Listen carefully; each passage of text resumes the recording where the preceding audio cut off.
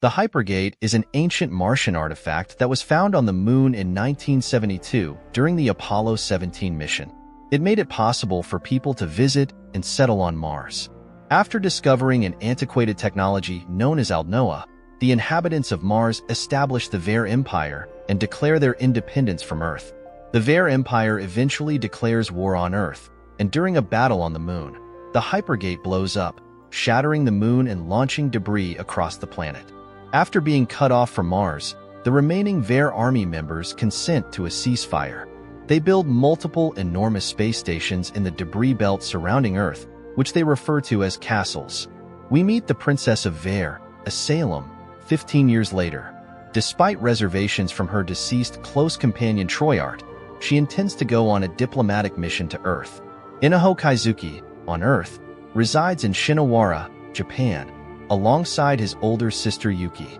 Inaho is training to become a cataphract pilot while attending high school, while Yuki serves as a warrant officer and pilot for the United Forces of Earth, or UFE. Yuki oversees the students training along with the veteran alcoholic Lieutenant Marito. As she gets ready to descend to Earth, the Princess of Salem bids her farewell from her position back in Earth's orbit. Concerned that it might be harmful, Slane gives her the necklace he is wearing, explaining that it is an ancient charm from Earth that keeps evil spirits away. The princess is informed that her shuttle has arrived by Count Crucio as he enters. Crucio strikes Slane with his cane shortly after the princess departs, reminding him that he is a Terran and must find his place. Slane obeys, and he walks away. Inaho and his pals watch a Salem's motorcade back in Shinawara. Terrorists use guided missiles to target the Martian delegation's motorcade. The princess's limousine barely escapes the attack, but some of the cars are totaled. The princess escapes the car by crawling, but she is killed in a second volley. The VRS orbital knights descend their landing castles from Earth's orbit to begin an all-out assault on Earth in retaliation for their princess's death. The UFE confirms that 19 out of the 37 landing castles are collapsing, aiming their weapons at the largest cities on Earth. According to Lieutenant Marito, there are 37 distinct military forces under the leadership of 37 different knights that make up the VRS army. The cities are plunged into chaos and massive destruction as the landing castles collapse.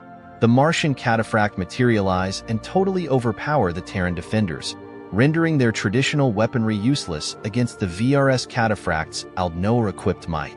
As Inaho is getting ready to leave Shinawara, she discovers two girls and tells them that they must leave. When one of the girls subdues him and inquires about the reason for the evacuation, Inaho tells them about Princess Asalem's assassination. The girl then tells Inaho that Asalem's illness after coming to Earth was caused by the shift in gravity and that Asalem's death was actually a body double. In the meantime, Slane uses a sky carrier to deliver Baron Trilrum and his cataphract to Shinawara. They are shot at by Terran fighter jets along the way, but they escape unharmed. Being a Terran himself, Slane hesitates and is unable to shoot back at the jets. As a result, Baron Trilrum assumes control and destroys them all with extreme brutality. Subsequently, the terrorists who carried out the assassination encounter Baron Trilrum and expose themselves as supporters of the VRS. But Trilrum murders them to make sure the truth about the assassination never comes to light. One of the agent's daughters, Rod, escapes the attack unharmed but is hunted down by Trilrum. Lieutenant Marito's team confronts Trilrum, but they are routed and several team members are killed in the process. Rod is saved by Inaho and his friends when they arrive in an evacuation vehicle, but Trilrum follows after them to keep Rod quiet. Inaho's friend is thrown from the car while Trilrum is chasing them. Even though Inaho manages to grab hold of him, he ultimately manages to escape and dies as the cataphract's shield absorbs him. They drive through a tunnel and manage to get away. Inaho and his companions are confined to their high school, instructed by Marito to divert Trilrum's attention while he devises a scheme to remove everyone. Inaho, dissatisfied with being merely a distraction, devises a strategy to counter Trilrum and his seemingly unbreakable machine. Inaho deduces that Trilrum needs to use separate cameras because he cannot see out of his cataphract. Feeling some personal responsibility for the situation, Rod and the unidentified girl offer to drive the dummy truck, and the team goes into operation. As Inaho and his friends Cam and Inko battle Trilrum, Marito, supported by Captain Magbarich, musters his crew and saves the civilians from Inaho's group. Inaho tricks Trilrum into shooting smoke bombs and lures him toward a bridge that spans open water in order to take advantage of his incapacity to see without the aid of his cameras. The unidentified girl reveals her true identity as Princess Salem when Trilrum eventually catches the ruse truck. Trilrum is startled by this, which diverts his attention long enough for Inko to demolish the bridge and plunge him into the sea. The weak point of Trilrum's cataphract becomes visible when submerged in water. Inaho charges and hits the point of weakness, severing the machine and firing from inside. After Trilrum is vanquished, Inaho and his allies rejoice and gather together. After surviving, Trilrum gets ready to leave with Slain. He admits that the princess's assassination was a Martian plot all along, and that he needs to quickly rearm and kill her. Trilrum is shot multiple times by an enraged and shocked Slain, who then takes out Trilrum's pistol and kills him. As Slain departs, the Martians launch a barrage on Shinawara. As they prepare to leave the area by sea on Magbarage carrier, Inaho and his friends meet up with UFE forces under the command of Captain Magbarage. In an attempt to halt the impending conflict, Salem chooses to inform Inaho of her true identity in private and asks for his assistance in getting in touch with her grandfather, the reigning Emperor of Ver. Soon after, Vlad, a second Martian knight who flies a cataphract fitted with a plasma sword, attacks the armed forces. He can easily take down a group of UFE cataphracts. Inaho goes out to confront Vlad with his friends, while Kam and Inko smash a large shipping container into the enemy cataphract's head. Inaho distracts Vlad and deters him from attacking. Vlad makes the decision to withdraw as the carrier shows up with more help. Magbarage seizes the chance to evacuate every passenger on the carrier now that Vlad is gone. It flashes back to a rocket crash that occurred 5 years ago that destroyed a Martian castle. After taking off his helmet, Slain emerges wearing a spacesuit. He hangs, choking out water. Approaching an unconscious Slain, Princess Salem attempts to revive him. When Slain sees the stunning girl, he is brought back to life. When the Emperor returns to the present day on Mars and finds out about his granddaughter's murder, he orders a ceasefire so that he can investigate the circumstances. While Salem muses over whether to reveal her identity to everyone, Inaho and his allies take a moment to rest on the carrier. In contrast, Rate tells Salem that doing so will only make them a big target for the Martian Knights. Vlad reappears with a second plasma sword attached to his repaired cataphract, seeking a rematch with the orange cataphract, that is, the trainer cataphract unit that Inaho had flown against him earlier in battle. Inaho takes on the task.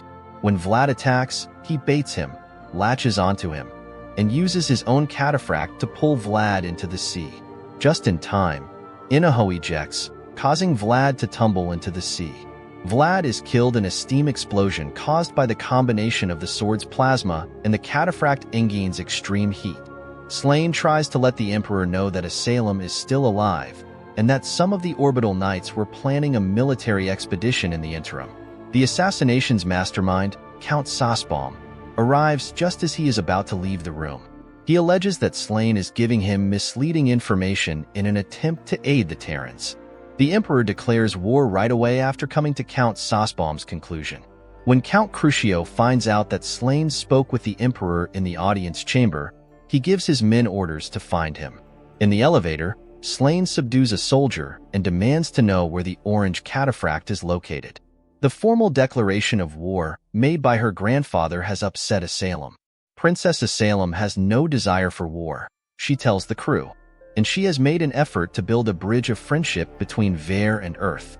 According to Lieutenant Marito, the Orbital Knights have always envisioned a just cause that would enable them to go above and beyond and take over Earth. All physically fit men and women on board are conscripted into the UFE service right away. The fact that Kam was selected to be a mechanic irritates him. Lieutenant Marito seems apprehensive when Captain Magbarich says they are going to Tanegashima base to replenish supplies and conduct repairs.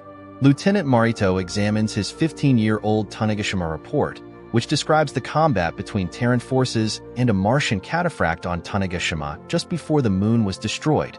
As the ship approaches Tanegashima, It seems that the UFE authorities chose to bury the report rather than acknowledge Mars's greater technological advantage over Earth. Ina Ho questions Asylum about what Aldno is on the ship's deck. She explains that it is the technology found in the ancient ruins of Mars that belonged to a super civilization. The Emperor, her grandfather, was the first to reach Aldnoa and awaken her. As a result, the activation factor was ingrained in his DNA, and he was acknowledged as Aldnoa's heir. The Orbital Knights were then given this power by him, and they used it to build their powerful castles in Cataphract. Those who made their home on the barren regions of Mars are now focused on Earth, a place endowed with an abundance of air and water.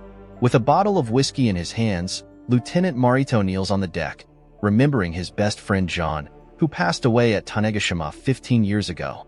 When Captain Magbarrage arrives, she identifies herself as John's sister and holds Marito accountable for her brother's passing.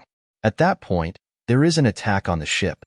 Femian, a different Vernite, charges the carrier while brandishing nearly unbreakable flying arms. Deploying, Ina Ho and his allies make an effort to protect the vessel. Femian watches from above and swings all 6 of her arms in their direction. One of the Terran cataphracts is grabbed and smashed into pieces as they attempt to shoot down the arms. Marito makes an attempt to engage in combat, but instead develops PTSD. Ina Ho uses powerful rifle shots to deflect the arms as Femian tries to deal a final blow to the ship, sparing it from damage.